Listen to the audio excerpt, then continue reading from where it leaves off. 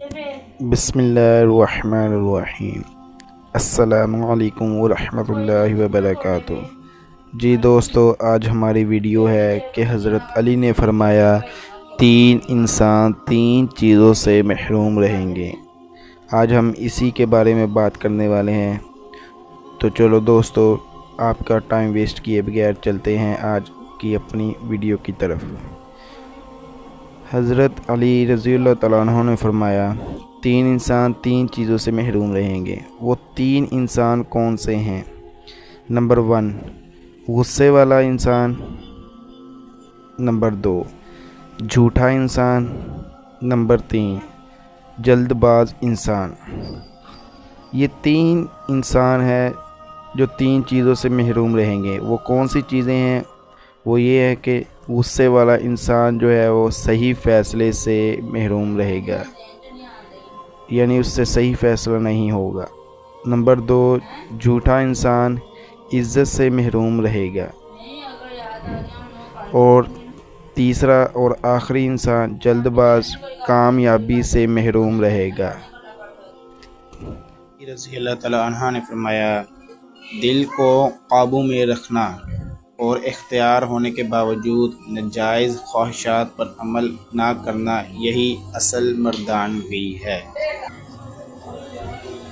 حضرت علی رضی اللہ تعالیٰ عنہ نے فرمایا اتنے خشک نہ بنو کہ توڑ دیے جاؤ، اور اتنے نرم نہ بنو کہ نچوڑ دیے جاؤ۔ حضرت علی رضی اللہ تعالیٰ عنہ نے فرمایا تمام تعریفیں اس ذات کے لیے ہیں کہ وہ جسے توڑے اسے کوئی جوڑ نہیں سکتا، اور جسے وہ جوڑے اسے سارے توڑنے والے مل کر توڑ نہیں سکتے۔ حضرت علی رضی اللہ تعالیٰ عنہ نے فرمایا دوست کی غلطی ریت پر لکھو تاکہ پانی اسے مٹا دے، اور دوست کے احساس پتھر پر لکھو تاکہ کوئی اسے مٹا نہ سکے۔ حضرت علی رضی اللہ تعالیٰ عنہ نے فرمایا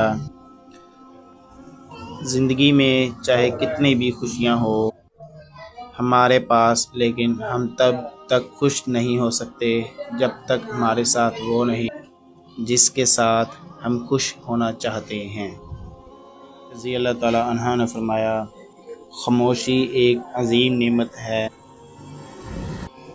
خاص طور پر اس وقت جب اختلافات زیادہ ہوں، آوازیں بلند ہوں، علم کی کمی ہو اور دلیل کی کوئی اوقات نہ ہو۔